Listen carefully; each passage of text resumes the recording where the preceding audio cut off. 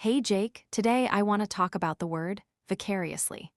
We actually heard it in one of our English 3-minute English episodes called Excited First Impressions of an Indian Wedding. Oh yeah, I remember that. Vicariously is all about experiencing something indirectly through someone else instead of doing it yourself. Exactly.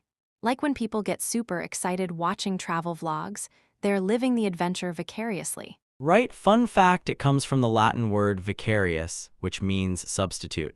So basically, you're using someone else's experience instead of your own. That's so interesting. Another example is parents living vicariously through their kids.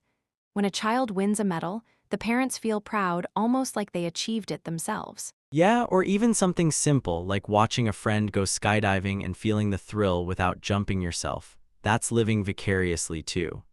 It's kind of amazing.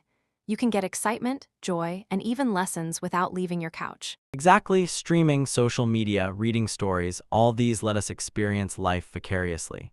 So, in short, vicariously is about experiencing things through others, like borrowing someone else's adventure for a little while. Yep, next time we watch a movie or follow a friend's trip online, we can remember we're living a little vicariously. Cool word, right? Totally, and that's a wrap for today's word chat.